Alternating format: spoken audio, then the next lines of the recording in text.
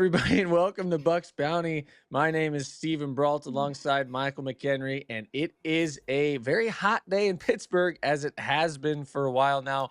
Buccos in the middle of their series against the Milwaukee Brewers out in Milwaukee. Michael, we just saw game one of that series. We get to watch Paul Skenes today.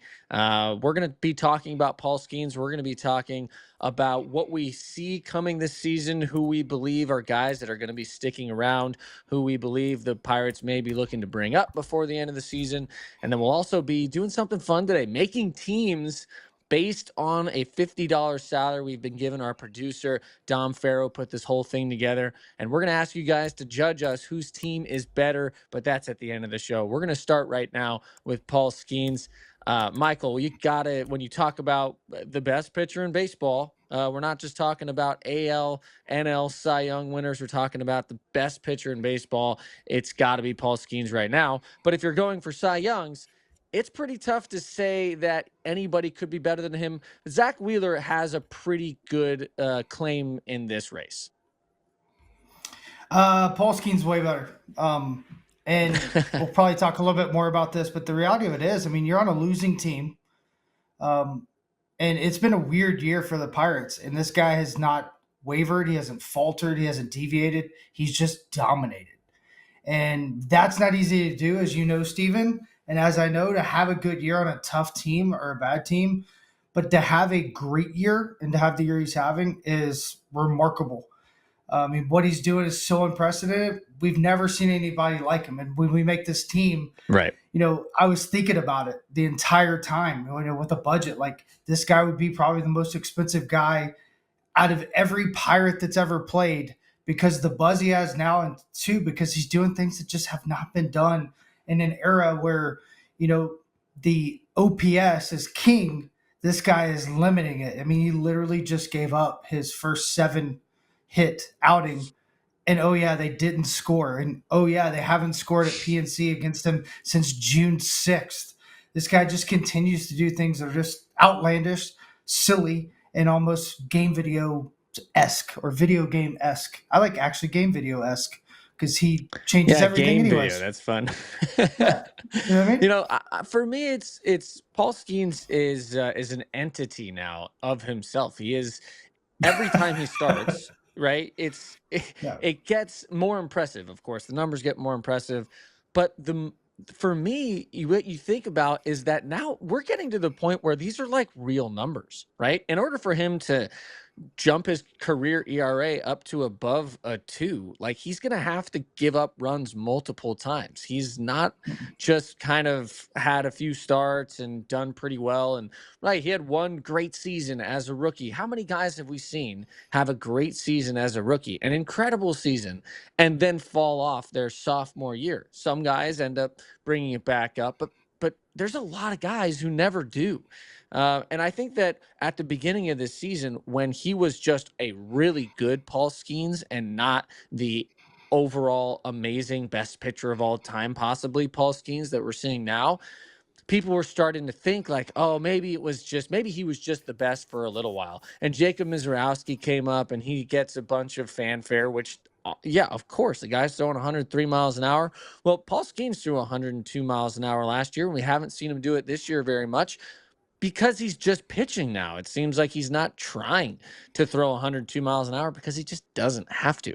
So I think that it's funny to think that there are times when we forget. You just get used to seeing how good Paul Skenes is. He goes out, he has 6 scoreless innings. It's very ho-hum at this point. It's just kind of like, yeah, that's what he does. He gets runners on first and second, nobody out 3 times in a game, and none of those runs score. We always talked about how good he was on the road. Well, like you said, what he's doing at home right now is unprecedented. 27 and 2/3 innings scoreless streak at home. I mean, that is amazing to think about, because he's only going 5, maybe 6 innings to start right now because they're limiting his innings. So he's doing this over such a long period of time, since the beginning of June, that he's given up a run at PNC Park. It's hard to even say that there is any competition in a Cy Young race there. But Zack Wheeler is a really good pitcher, and he's had a great season. But Paul Skenes keeps getting better. even though he did, like you said, finally give up 7 hits in an outing, he is just fine because he still didn't give up any runs. He struck out 8 and he didn't walk any. I don't see how you could compare what he's doing to really anybody else in baseball other than maybe Tarek Skubal on the other side. But even that is less runaway Cy Young winner than Paul Skenes over Zack Wheeler. Yeah, and let's remind everybody the age. You know, then you throw in the age. He's 23. He's 23. He's just past that 1 year mark, but he's in year 2 in his professional career. That's the craziest part. It's not his major league career; it's his professional career. Yeah, Zack Wheeler's having an incredible year. I think he'll get a lot of votes. He does punch a lot of tickets, but it's just different. I mean, this guy's, in the pinnacle or even towards the end of his career, because he said he doesn't want to play after this contract, but he's on a winning team. He's been dominant for a while on a winning team. So I don't think there's a comparison to your point. I mean, Paul Skenes has 47 starts in the big leagues and 60 earned runs total. Just think about that for a minute, right? Like, I mean, what he's doing is so silly. Yeah, it's incredible. I mean, and he does it in so many different ways. I think that's probably the most mind-boggling thing is like last year, all anyone wanted to talk about was that splinter. Now it's a split. Now he has a sinker. He split the two. Somehow he magically split the ball in half and turned it into 2 pitches, and then the ball came back as 2 different balls. I don't know how he did it. We'll find out later. But this guy did that, and now he throws, honestly, the sinker as much as he does the split, and I'm not sure which pitch is better because his changeups become even a more elite swing and miss pitch at times. The curveball's played. The sweeper's been unhittable. And when we drafted him, Kinger always reminds me, hey, remember when he had that slider as his number 2 option instead of the splinter, the changeup, the sweeper, the curveball, or the sinker? Oh, yeah, that was 2 years ago. You kidding me? It's just a joke. Like, every time I start talking, I'm just like, I can't believe what is happening. It really is crazy to me. Nuts. And all of that, you say all of that, and you haven't even mentioned the fact that he has incredible command and he throws 100 miles an hour. You know what I mean? He holds 100, yeah. You're talking like he's a thumber, He's on cruise control, dude. He's like, oh, let me get ready to go. 98.4 dot, here we go. And he doesn't change lanes until he has to, and then he starts throwing all the other 88 pitches he has, he pulls out of his little knapsack. It's crazy. And by the way, maybe the best changeup in baseball. Just gets constant swings and misses that he has now started throwing more often and to righties. We forgot the one thing. We forgot the one thing. What? He's also a ogre of a man with an arm angle that only him and one other guy have that can throw above 95. So let's just throw that out there too, since we're doing it. Oh, and he's dating a celebrity already. The guy's all in all the time, doesn't stop, and he flies jets. Do we need to keep going? Just give him the reward for the next 4 or 5 years. All-Star games. I mean, it never stops. One rookie of the year, gonna win Cy Young this year. Yeah. Okay, we wanted to go to the other side too, because we obviously know where we believe Paul Skenes is in the hierarchy of baseball right now. It's hard to imagine anybody else thinking anything differently. But let's go to the NL MVP. This race is kind of boring. Shohei Ohtani is going to win. He's just doing everything once again. It's kind of funny because people talk about like there's any possibility that anybody else could win this because Schwarber's got more home runs. Shohei Ohtani has the 2nd highest OPS in Major League Baseball. Again, just behind Aaron Judge. That's the only person who is better than him. He's still probably going to hit right around 50 home runs. And he's pitching again. So far, he's thrown 19 innings, and he's got a 2.3 ERA or 2.7 ERA, whatever. But it's just there's no point in really having this debate until something else changes. Somebody does something stupid, or Shohei Ohtani just falls off a cliff, can't pitch anymore, or something like that. Then there may be discussion, but really no discussion there. Fair, yeah. More than fair. Him and Paul Skenes are probably hanging out right now. Yeah, Okay. So this is a little more fun. NL Rookie of the Year. Two guys I know you really like, that I really like as well. We're getting our eyes on Isaac Collins really for the first time consistently here this season, obviously, but he did play a little bit last year. And then Drake Baldwin for the Braves, who is catching, and he has a lot of good stuff going for him. He's hitting 289. He has an 835 OPS. He's got 13 homers, and he can catch. That guy can catch. But he doesn't walk. He doesn't really strike out either, which is nice. This battle right here, too interesting, very different. Isaac Collins, 28 years old. Drake Baldwin is nice and young. So what do you got on this race? What have you seen so far? Mr. Alec Baldwin is not going to win. Sorry. I mean, it's going to have to almost the same thing. I mean, Collins going to have to fall off a cliff. I mean, we've seen things happen, but the way Collins is playing on that team and the buzz they have compared to what the Braves are doing, you have to put in perspective. These guys that vote on this stuff a lot of times, they're going to put in, oh, who made the play? It's not always about actually who was the better player, because it is harder to always play on a bad team. I mean, this guy's playing on a Braves team that hasn't lost in a long time, and they're losing.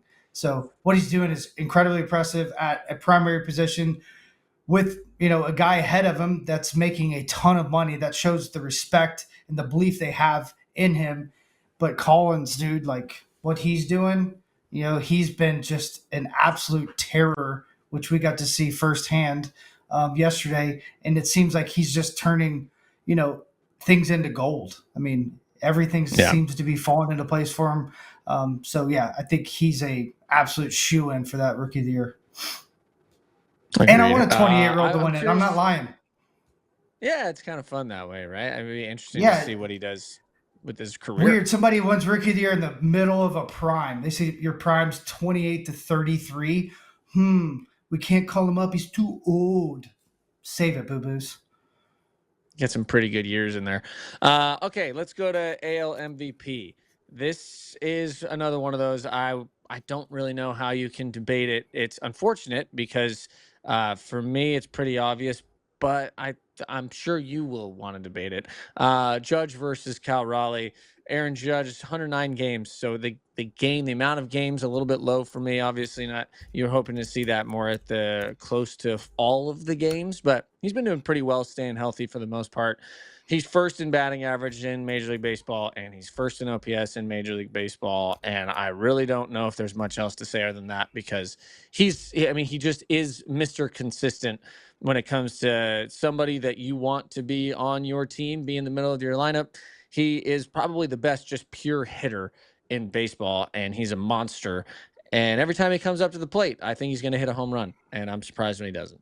So I'm going to say Judge, even though Cal Raleigh does have more home runs. If depends on if Judge's arm's okay and how much defense he plays. I think he's had a pretty good defensive year.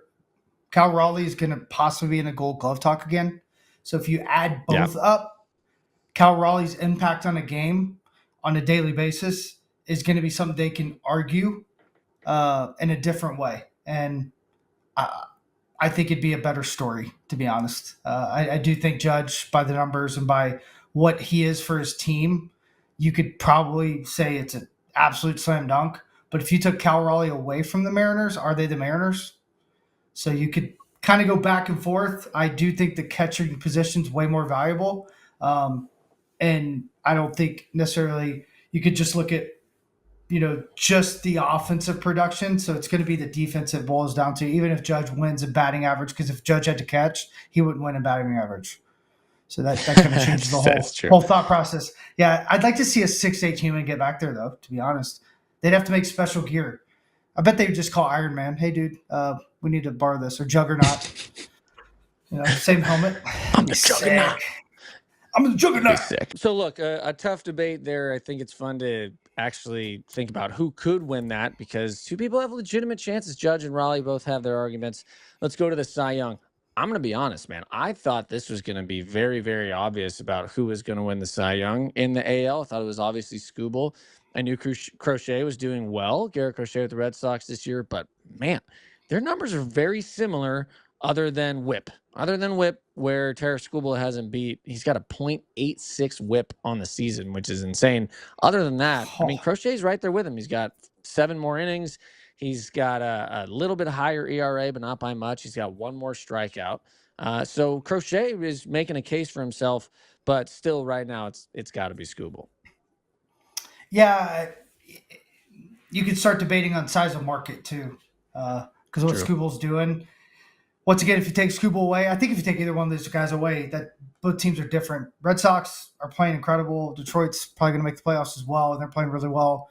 But I do think Skubal, once again, because it seems like Skubal is in the media more often too. You know, whether it's arguing with umpires, whether it's him going nuts after a strikeout. You don't really think about Crochet that much. And he's just dominating. He just does it very quietly, like, hey, I'm just going to take your soul and go back and eat at Cracker Barrel after the game and then come back the next day after eat Waffle House and head back in. I mean, that's just the way he goes. I'm assuming that's what he eats. He went to University of Tennessee, so it's kind of what I assume. You know what I mean? Yeah, that's fair. What we eat down here. Yeah. Cracker Barrel Waffle House, maybe? Yeah, that's what he eats before the game. After his Cracker Barrel, yeah. So he gets his maybe the reverse. Eggs. It depends. Right, cheesy eggs, yep. And he does a big vegetable plate, Cracker Barrel afterwards. I've never gotten vegetables at Waffle House. I didn't know they had them there, to be honest with you. I thought it was not just Waffle House, Cracker Barrel, dude. Oh, Cracker Barrel, yeah, okay, Cracker Barrel, I believe. Yeah, you gotta get imagine. Yes, can I get some green beans, some okra, and some squash, please? The guy look at you like, what are you talking about, boy? I ain't making none of that. Apple puree, bed of lettuce underneath. You gotta be like, just get out of here, man. Yeah, they would just throw a birch chili in front of me and be like, eat it. Close enough. I will. Yeah, close enough. Potatoes or vegetables. Scattered or smothered. AL Rookie of the Year. Once again, there's no debate. Nick Kurtz is having an insane year. He's played 80 games with the Athletics right now. He's batting .304 with a 1.012 OPS. He's hit 23 home runs. I mean, it's pretty much no doubt Nick Kurtz is going to take that. Now it's just about seeing how far it's going to go for him. I watched him play in the Fall League this year, man. It's been a quick transition for him to becoming a great hitter in a really good ballpark, to be fair, in Sacramento, but still a great hitter. Nick Kurtz, he doesn't walk very much and he strikes out a ton, but man, he's got some pop and he's still got a high batting average even with all the strikeouts. Yeah, my only question is, does he take a horse and carriage to the field? Little Amish. That's got to get him some extra points. You know what I mean? It has to. That's the only thing. Yeah. Also, he doesn't need completely extra agree. Points. No, he's got a lot of points. All right. Well, we know the Pirates have a generational ace. Paul Skenes is the guy. The question now is, how do you build this team around him to win? Because we all know Paul Skenes is a special talent that is going to be really, really expensive very, very soon. That's just the truth of the matter. We've seen this, the smaller market teams, it's hard to hold on to a guy who's going to be costing an absurd amount of money. And so you want to try to capitalize as much as you can when you have those generational talents. And hopefully the Pirates are going to want to try to sign him. I don't know how you don't, because that's, he's like Mr. Pirate now. When you had Andrew McCutchen, you want Skenes to be the next guy that leads the team to the playoffs. It's right there. So I'm going to ask you a question here, Michael. We've got people on the team right now that we believe, you and I, are going to stick around for a few years and be part of this team that hopefully builds into a playoff team very, very soon. There's going to be some guys that maybe we're going to need to add through either free agents or training or trading. That's all to be seen more when we get to the offseason, because we already went through the trade deadline this year. And really not much was changed. Not yet. We lost David Bednar. You lost Bailey Falter. You lost Taylor Rogers, who you never really had. But the Pirates are trying to find a way to build around Paul Skenes. You got Paul Skenes. You got Brian Reynolds locked up. You got Mitch Keller locked up.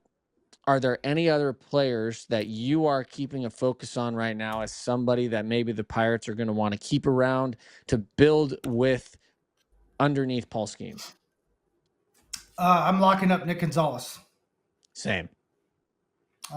and I'm gonna explain this. I said years ago I would have locked up Jack Sawinski.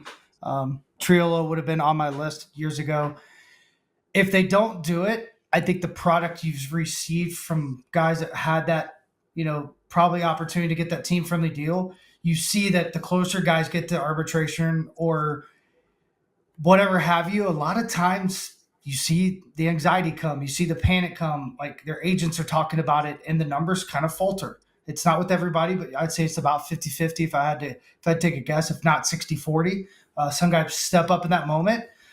But with the Pirates, it seems like when guys are about to get, into the money, it's either they go bad, they go too good, and that hurts us on both sides. So I think locking up Nick Gonzalez and getting more guys with roots here. So you hope, like Brian Reynolds, you said, he has a house here. I'm assuming, don't know, but Paul Skenes, if he doesn't have a house, he's probably got a condo that he can come back in the winter. Keller's got a house here. When Bednar was here, he had a house here. You're getting buy-in all year too.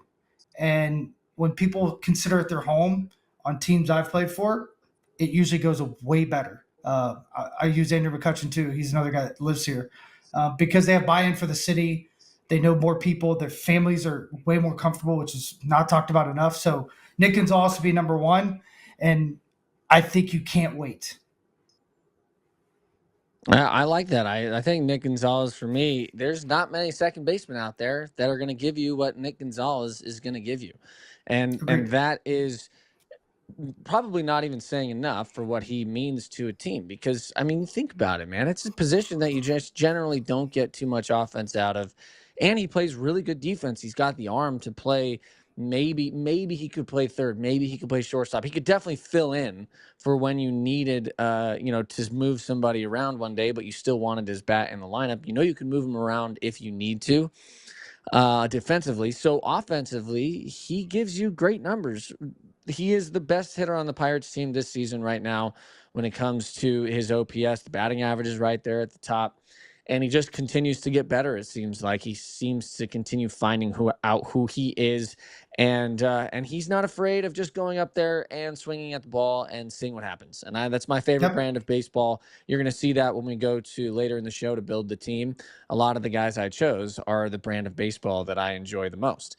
And so I think for a team that's looking to build right now into a competitor, you have that position at second base, I think, is more locked up than people really realize. And I don't think people necessarily understand how good Nick Gonzalez is. He's a guy that I think he's going to be here for a while. I really do. And I think you could sign him for a very good team-friendly deal for a while. And I hope that they do that in a Ke'Bryan Hayes-esque sort of contract. I think would be perfect for Nick Gonzalez. Maybe you're probably not even going to have to pay him as much because he hasn't won a Gold Glove or anything like that. So you have a little bit of leeway there.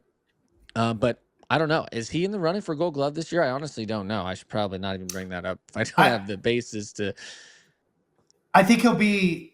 I'm going to say this, and I truly believe this. His floor is IKF for me. So, like, he'll be in a Gold Glove talk just about every year. This year, I think his name will be out there. I don't know if he'll make the top three because of how much time he missed. But, yeah, like, he's a guy, for me, like, when you say that, it's like, okay, well, IKF's making $7.5 million, right? You can lock this guy up for less money and get into his free agent year because he's still young enough. You want to get that first contract. We talk about that all the time, Steven. The fact is like, if you can get paid early, and then you could chase your championship if you want to. But I think he has a chance to do both here if they start locking these guys up. Because we looked at the Brewers, and they have over 20 guys coming back under team control through 27. That's how you win. You get guys playing together, like Greensboro, which we'll probably touch on just a little bit, are 76-30. Yeah, it's pretty good. High team. Yeah, but like it's because one, they're together, and then when they enhance them, they're bringing in guys that enhance the team, enhance the culture, and it doesn't always work out like that, but they can learn from that. Study. O'Neal Cruz is another guy that he's now having a down year, which is a real bummer because I'd lock him up now. Yeah, that's a good point. Yeah. It looked like at the beginning of the season, we were going to get a really special season from O'Neal Cruz, and it just hasn't turned out that way. He's still going to hit probably 25 home runs, and he's probably, and it's not probably, we could see 25 and 45 out of him. You know what I mean? That there's a possibility of seeing still, when you end up looking at the numbers at the end of the season, the ones that tally up throughout the season, he's going to look pretty good. It's just that OPS way lower than we were thinking it was going to be. The strikeouts are obviously way higher than you'd like them to be. I'm curious to see what we're going to get from him, but I think he's a guy that you might be able to get pretty cheap right now, to be honest with you. And there was weird fake buzz about him possibly getting traded. I never believed any of that. There's no way. He's got too much team control. You're still hoping that he puts it together, because even if he plays like this, he's still a very solid player. But if he can put it all together, then you're going to get, a freak, what we've seen. But this is one of those things where the floor for O'Neal Cruz now, honestly, I think we're kind of at the floor right now. I think this is where we're not going to really see him get any worse. His OPS right now, right at 700. That's way lower than any of us were expecting it to be. So O'Neal Cruz, another guy that he's definitely going to be around for a while in center field, especially because the defense and the arm in center field are now for real. It's now that's become a definite. And so if the defense is there, then when the offense comes around full bore, he's just going to be, once again, a special player to watch. Hopefully we get to see that in this end of the season here. Maybe he'll refigure out a little bit and get that momentum going back. Is he a guy that you see? I mean, you see him sticking around here, right? Yeah, I think about Andrew McCutchen when I think about Cruz. In 2011, Kutch hit 252 with 22 homers, but you could tell there was pressure on him. And he was going to be a Super 2. They gave him $52 million with a mutual option, I think, 6 years. And he went out and had almost an 8-WAR season the next year. And then the next year, another 8-WAR season, won the MVP, and we ended up in the playoffs. That's what I think O'Neal Cruz would do if you give him guaranteed money. You're taking a risk because of injuries, but like to your point, I mean, the floor is really good. And I really believe you can build a team around guys like him and Nicky G and Brian Reynolds. And you look up, you're like, okay, we got 3 guys that we like, and are guys that could be on the main stage. I could see Gonzalez being an all-star at some point. Brian Reynolds already has. Cruz will be an all-star, but he's already been the home run derby. So you're also putting us on the national pedestal or national platform. So yeah, I think Cruz is, if they can't get Nicky G done, which I think Cruz should probably be first now that you bring it up, and then Nicky G, those are 2 guys I would lock up, because I think from there, and I don't know if we're transitioning into this, then you start thinking about, okay, we got some young guys coming, and I would get them locked up maybe before they touch the big leagues, to get them their money, to get them understanding that we're buying all the way in. And then you go back to what you said about Skenes. You do those things. Skenes is not ran off dollar bills. Skenes is ran off of legacy. Skenes wants to be the best pitcher to ever walk this planet, and he's going to do it on a winning team. Is it the Pirates or is it somebody else? Because there's no reason in my mind, if you get super creative, you can't lock this guy up for life.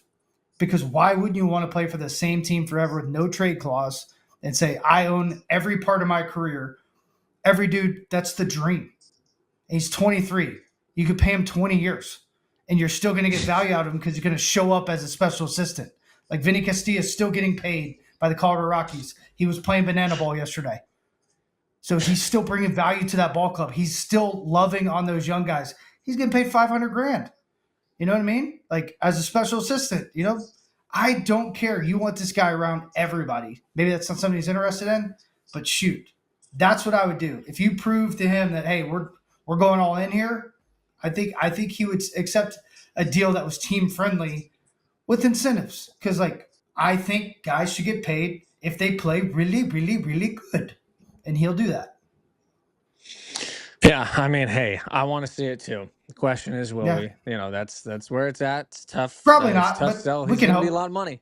Yeah. Yeah.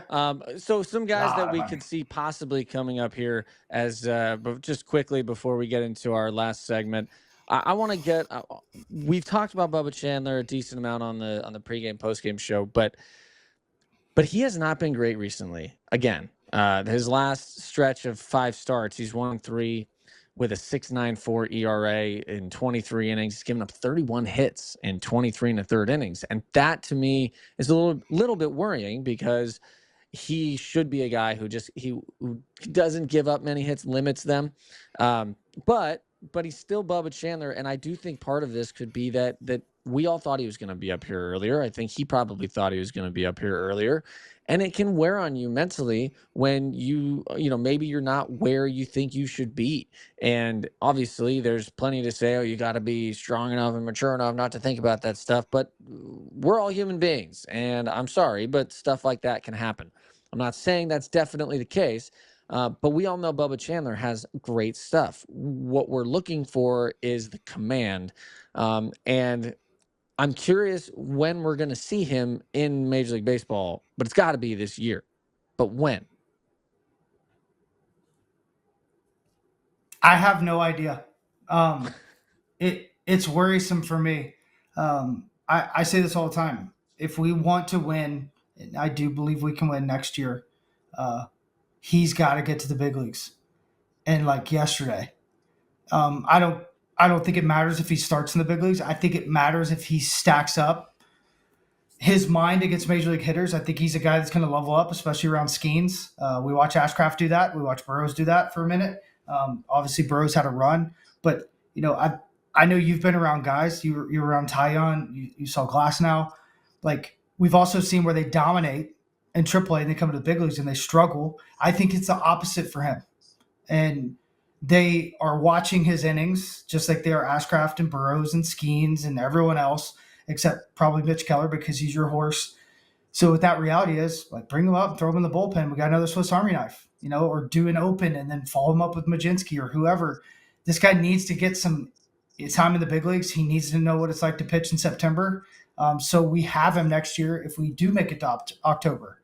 Because nobody ever talks about that, Steven. And it drives me nuts, is that the fact is we're going to get into a place where no one, and I mean no one, has pitched in October, and we say we have good pitching. You don't know. It's a different animal. Kershaw couldn't pitch in October, his first 10 times trying. What if that's Paul Skenes? What if that's Mitch Keller? So then the strength of our team just changes, but you don't know until you get there. And that's the biggest problem. We do all these case studies and biomechanics and, the volume of the pitches and everything else. It drives me insane because in October, it gets literally right? Yeah. It's so true, right? So it's like, that's it. Yeah. Clint Earl says, nuts and guts. That's the only stat I care about. And that's how you win in October. And we're watching a lot of teams bolster their bullpen. And there's a reason for that. So that way, when you go into the playoffs, Oviedo can go 3 innings. If he's not one of the top 3 guys, Bubba Chandler, it doesn't matter. But that's what we're seeing we're able to do. If he's another one and Barco's another guy that you got to get up here pitching wise. And I love Baraki, but who's going to be here, And you have to make those decisions. And it's tough to make those decisions. I'm not saying it. I don't have to make them. We don't have to, but they have to if they're going to move forward. Because if you don't know going into next year, you can't say you're going to win. I really don't believe that. Yeah. So that's my a few other names I'm just going to throw out you. Yeah. A few other names. We like a few guys. Like we've got Majinski in the bullpen that we're both big fans of. Triolo as a backup guy, fantastic in that role as a backup guy. Guys like Figueroa that we're hoping to see a little bit more from by the end of the season. Guys that I'm hoping to see come up, Nick York, and a little surprise pick here, but Eddie Yean. Eddie Yean is a guy that has played in 38 games in AAA this year, and he has walked 34 people in 49 innings, which is too many. But he's got a 2.70 ERA because he's got a nasty sinker that even when he walks people, he just doubles them off anyway. But there is not enough offensive help coming directly from AAA right now. The question is, like you mentioned about Greensboro, we're not going to get into this show because we could talk about Greensboro for hours. But their offense, they have a ton of guys that are hitting the cover off the ball as a team. They're just crushing the ball. And Connor Griffin is a guy we're both looking for as possibly being in the big leagues next year. hopefully, if everything continues to go well, there seems to be no reason to if he keeps moving up and keeps hitting. Is there anybody that you are kind of hoping, maybe just quick little snippet here, we see before next year or even into early next year? Is Merlin Valdez repeated a 20 homer season? He's in Double A now, hitting 286, 21, 907 OPS. I think Tony Blanco is really intriguing. He's a superhuman. He's 6'7", in 14 games, 305 homers, 14 RBIs, and 1,000 OPS. And then I want to see in AAA, I want to see Devaney, like 28-year-old, similar to Collins. Didn't really get a shot. We get him in the Adam Frazier trade. He's behind Bobby Witt. Got a cup of coffee, but he's on our roster, and he's raking in AAA. He's having one of the best years of his career, and the defense is plus. He's playing a lot at third base, so maybe that's a plan for him. But he's a guy we would really like to see, I think, before the end of the season, see like if he can get 50 or 60 at-bats in the big leagues and see what it looks like. Yeah, I'd love to see Cam Devaney up here. I think it would be a lot of fun. He's got a big, long swing. Does swing and miss a little bit in the zone too much, as you can see if you go look at his numbers online. But he's got some pop. He can play defense, and he could be one of those guys that finds himself really well in the big leagues. We've seen that before. All right, we're going to go to our final segment here that is going to be mucho fun. I'm very excited for this. This was put together by our producer today, Dom Farrow.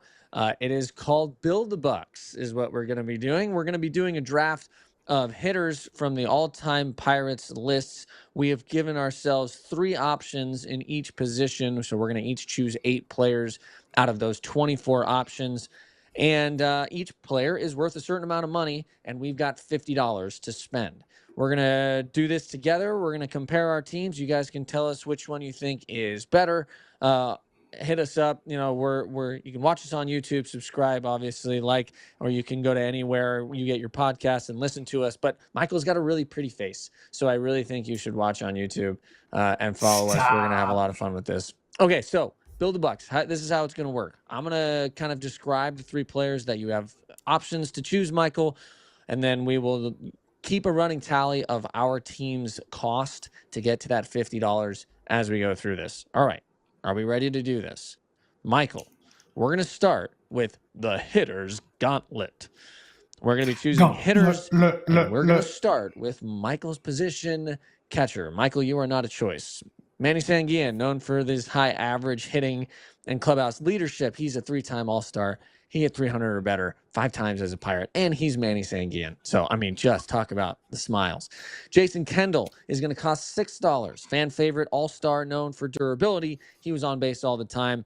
And then $5, Tony Pena, 4-time All-Star Gold Glover. He's a guy, maybe if you're looking to save money on a defensive catcher. Michael, who are you choosing? So, did my research, and I'm picking Jason Kendall for the on-base percentage, and he's actually the best defender by defensive WAR out of all 3, which kind of surprised me. And I'm really upset Dom didn't put Spanky on there, because that would have been my pick. Spanky said he was worth a quarter and a hot dog when I asked him. So that would have saved me some money to get some other guys down the line. But yeah, Jason Kendall, I think he's the epitome of what a Pirate is. He got hit like 9,000 times. He had more walks than strikeouts, 2195 hits, and 189 stolen bases. You're going to see that be a trend. The walk to strikeout and the stolen bases for me are a trend, because I'm going to be a terror when we play. A terror. I say a terror. Terror. So I initially also chose Jason Kendall, but when I finished my draft, I was at $51. So I had to go money back, and I had to make a hard choice. And unfortunately, this was my hard choice. Jason Kendall is now on Michael's team. I'm going to go with Tony Pena. So Michael spent $6. I've spent $5. All right. Now we're going to go to round 2. We're going to first base. First choice for $7, Willie Stargell, the Hall of Famer, 2-time World Series champ. Dude's hit a ton of home runs, 1979 MVP. He's obviously a big-time guy. Speaks for itself. $6, Jason Thompson, a slugging first baseman, late 70s, early 80s. 3-time All-Star, career high, hit 31 homers in 77. So he had some stuff going on there. And then for $5, our good friend KY, Kevin Young, He got some power. He hit for both average and pop, and he is $5. So for this one, I will go first, and I will let you know that this is the hardest choice I had to make, was to No, save money on no, this and not no, take no, Willie no. Stargell. Mm-mm. I know. I know. I ended up going You with didn't Kevin take the Young. captain. I know, man. And I know I'm I going to love get hate KY, for but it, but I have to choose what I want to get. Okay. And this is a hard decision. I already said it was a hard decision. All right.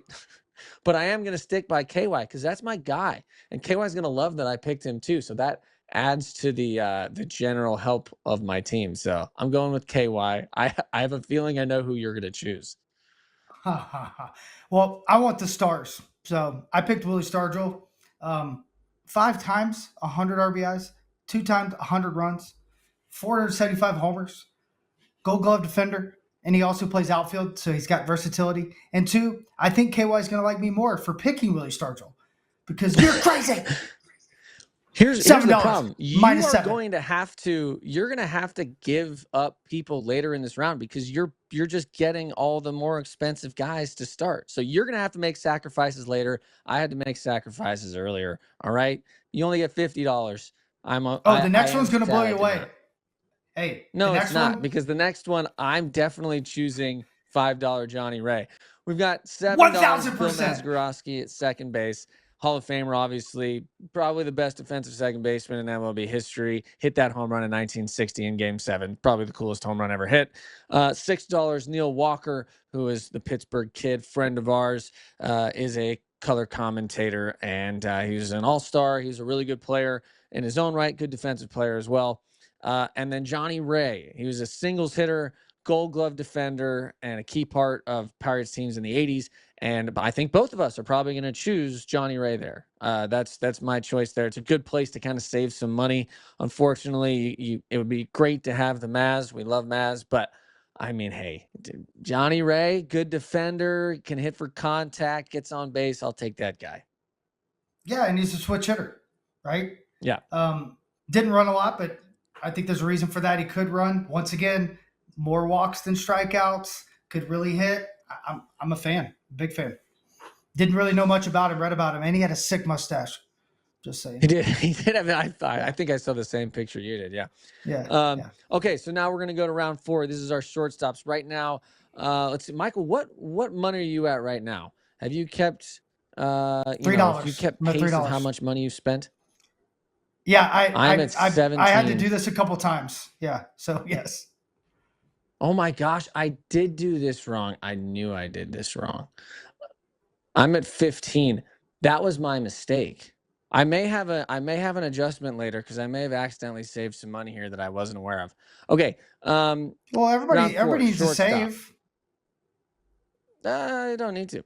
Round 4, shortstop. Okay, for $8, one of the most expensive position players available, Honus Wagner, greatest player in franchise history, maybe greatest shortstop in history, Hall of Famer, hit over 300 for 17 consecutive seasons. If you go look at his numbers, they're absolutely silly. I was just reading through them right before we got on here. 131 WAR. 131 WAR. I mean, you got to pay the $8. You just got to pony up. Then you've also got Arky Vaughn as a choice, a Hall of Famer in his own right. Great hitting shortstop. Hit 385 in 1935. And then Jack Wilson, who's, once again, friend, defensive whiz, fan favorite. He played really hard. But I think we can both agree here, once again, we're going to have pretty similar teams. Honus Wagner is the choice. Yeah, I did do. I tried to pick Jack here. I really did. He's 34th all time in defensive WAR as a shortstop and 47th in any position all time defensive WAR. So like he doesn't get enough credit. He should have won some Gold Gloves. But I almost picked him just because of his defense. And then when I started reading about Honus Wagner, I said, "Oh my Lanta, this guy was good." It's like, wow. He was. I mean, it was different too. It's funny if you go into the batting cages at PNC Park, like when you go in to hit, there's a thing on the wall that's accomplishments that Pirates hitters have had in history, and it's just all Honus Wagner. Like the entire lists and all the achievements are all Honus Wagner. The guy, like, he was amazing. So he's got to be the shortstop. All right. Yeah, now I keep thinking too, bro. I keep thinking too, like they come in the form that they played in. So like I think about him in that uniform, you know what I mean? Like, and then you think about Johnny Ray's probably flashy over there with his mustache at second base. So our middle infield's just like a terror and then flash. I just love it. Yeah, you know I what like it. I don't know. I like that. They'll definitely stand out. All right, third base for $7. You got Pie Trainer, Hall of Famer once again, one of the greatest third basemen. He hit 320 career. Pie Trainer, obviously fantastic. For $6, you could get Bobby Bonilla, a power hitting all-star, and he was part of the B unit in 80s and 90s. And then for $5, you could get Richie Hebner, the description that our producer put is a hard-nosed player with a knack for hitting clutch home runs, which I appreciate. That's a very nice way to say, like, he tried. He was a solid player. But for me, when I'm looking at this is a place that I feel like you can get some really good value out of that middle choice.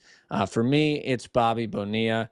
I really like him as a player, man. And this is a situation in which I like the defense at third base. I like his ability to be able to hit the ball out of the ballpark when needed to.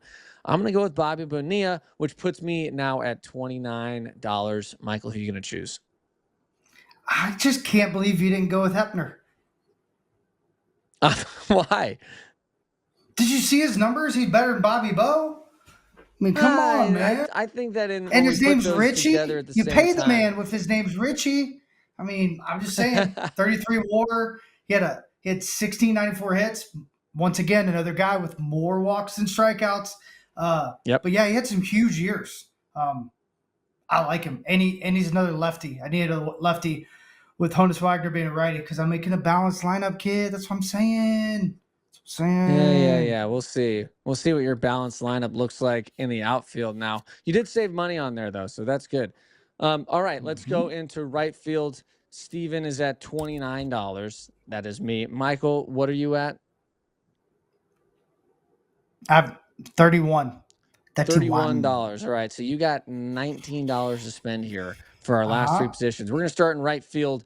For $8, you can buy Roberto Clemente, who is obviously exactly who you think he is, legend, everything that this franchise is about. 12-time Gold Glover, 4-time batting champion, Roberto Clemente. $7, you can get the Cobra. It was just named to the Hall of Fame, NL MVP in 78, and he had some good pop, but also just hit really well. It's a great hitter, and won an All-Star MVP because of his defense, which he says he's the only one who's ever done it. And then for $5, you can get Brian Giles, who was a really good player, really good player, OPS leader, 2-time All-Star. I mean, he was great. I liked him when he was with the Padres because I was growing up in San Diego. But this is what I saved my money for. I'm going with $8. You got to get the great one, Roberto Clemente, out in right field. It's just I don't know how you wouldn't. Move on. Yeah, it's over. All right, fair enough. So I mean, here's the reality. If we don't take him, we get fired. You know what I mean? Like, we're gone. We're not Pirates anymore. Like, as much as I wanted to take Dave Parker, like, I'd even put him in another position, you know? Like, hey, you're not a right fielder anymore. Sorry, guy, you're playing center for me now. But that's not the game. I do have a thing here. This next pick, I had a hard time because, you know, my thought is it's an outfield. Why am I limited to 3 guys in center when, you know, there's other guys that can play center? You know what I mean? So I have 2 picks for the next pick, and we'll let our producer Dom decide, because I actually went to the other category, the other, 3 that he put, and I picked one guy out of there. Did you literally just you're breaking the rules? You're just not putting the game that was put in front of us, Mike. Well, I read the rules. I did read the rules, Steven. I did read the rules, and it did not state that I could just grab a guy that plays outfield. Yeah, it's just outfield. All right. Okay, so our 3 choices that we were given, Andrew McCutchen for $7 is center field. 2013 NL MVP. Obviously, he is the face of the modern franchise of the Pirates. For $6, Max Carey, Hall of Fame leadoff hitter, base stealer, won the World Series in 1925. And then Andy Van Slyke, 3-time Gold Glover and a clutch hitter, but he was really known for his defense. Good, solid hitter in those early 90s seasons, but mostly a defense, what do you call extravaganza out there when he was out in center field. I'm going to go with the middle choice here, Max Carey, for $6 because I think he's the best choice here, to be honest with you. I think when I think about the value that we were given for all of these players, I think Max Carey has the highest value per dollar. And yeah, Michael agrees. I mean, you have got the stolen bases. He had a ton of stolen bases. He had like 700 something. What is it? I got it right here. He had 738 stolen bases. 738. Yep. He had 345 How about 1,040 walks than strikeouts. Yeah. What? Yeah. He's a legend. Yeah. He's a legend. 1,040 walks. $6 Max Carey. Yeah. So that means you have one choice left for left field. But I want to hear your possible other center fielder. Who are you thinking of? So as you know, I'm really close with Andrew. So not picking him and picking our boy Clark or Carey, excuse me, it's not Max Clark, Max Carey. I was like, you know what? I'm going to just go down and get Ralph Kiner. Because that would make me feel better about a human being status and being a friend of Andrew's, So that's what I did. And looking up his number, 7 times he was the home run leader, 6 times 100 plus walks, 6 times 100 plus RBIs, 6 times 100 plus runs. To put that in perspective, Stargell never did that. Dave Parker never did that. It's crazy. Clemente never did that. Yeah. So like I had him there, but obviously I'm gonna have to go with Max Carey. Once again, yeah, that's staying within the fake rules, so I'll just stay there. Not bitter about it or anything like that. No. And our last I mean, choice, I needed a 40 homer guy, but whatever, it's okay, whatever. Yeah, Reds, whatever. I got $43 right now. That's where I'm at. So I have enough money that I saved to buy what I think is. We get it, Steven. You saved your money. I did. I don't care if you're getting early Barry Bonds with Pirates or if you're getting Giants Barry Bonds hitting all the home runs. I really don't care. I truly believe that out of all of these guys, he is the best player. If you just go by straight stats and what he was able to do, Barry Bonds, $7, get to $50. He's my left fielder. The guy can hit, he can field, he can run, he can do everything, and he hit 760 home runs in his career. I'm going to take Barry Bonds because I think for somehow you are criminally underrating how good Barry Bonds is. For $7, he is definitely my take in left field. You only have one choice. You get Fred Clark. What do you think about Fred Clark? So 509 stolen bases, he got caught 0 times. Enough said. Enough said. Guy could steal your wallet, steal your firstborn child and second base, and nobody'd know. Go check his reference page. I'm sure it's a mistake. There is no way. Dude, when I saw it, I was like, I'm picking him no matter what. Bonds, you are out, bro. I mean, but you're talking about almost a 70-WAR player. He's a defensive wizard. He walked 875 times and only struck out 511. The dude was a terror in every way. He's really a center fielder, but he played left. So I picked him, one, because I ran out of money because Bonds is the best player that's ever walked the planet when it comes to offense. But, all around, put my pitching in there, I get the best defense on the planet. And that's I can run the bases. And you got a lot of base stealers. A lot of on-base percentage. Yeah. I appreciate terror. That. Yeah. Terror. All right. Well, when you think about the teams that we've put together, we both get right there to the $50. We find different ways to get there, but a lot of the same picks, but some very different ones. I feel bad, genuinely, about not taking Willie Stargell. I just wanted that to be thrown out there. I was making this decision between Willie Stargell and Roberto Clemente, basically, and that's not a decision that I should be forced to make on this show. Both hard. Because I don't want all Pittsburgh I didn't take Bonds, but here we are. Yeah, I didn't take Bonds, but I mean, he wasn't good with the media. He was a bad teammate at times. So yeah, you picked the 2 guys everybody loves. It's all right. Yeah, it's whatever. Yeah. Well, that is going to do it for us here on Bucs Bounty today. Thank you guys so much for joining us. Please subscribe, follow, watch us on YouTube at Sportsnet Pittsburgh, Bucs Bounty, or anywhere that you get your podcasts. Michael McKenry, producer Dom Farrow, and Stephen Brault here with you today. Thank you so much for joining us, and we will see you next week. Let's go Bucs.